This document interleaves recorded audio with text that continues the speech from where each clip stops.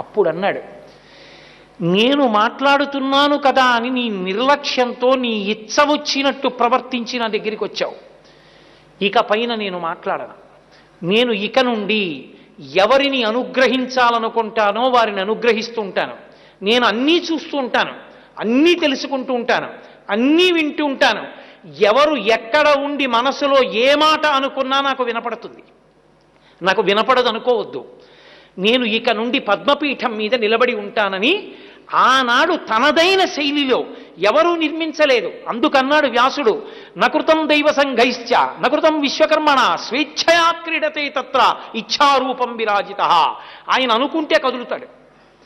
ఆయన ఎవరికైనా ఏదైనా కదిలి రక్షించాలనుకుంటే ఆయన ఎవరో ఒకరి రూపంలో వచ్చి కలుస్తాడు, కలిసి రక్షిస్తాడు. సభాముఖంగా ఇది చెప్పచ్చో చెప్పకూడదో నాకు తెలియదు, కానీ ఇతర సభలలో నా వ్యక్తిగత అనుభవాలు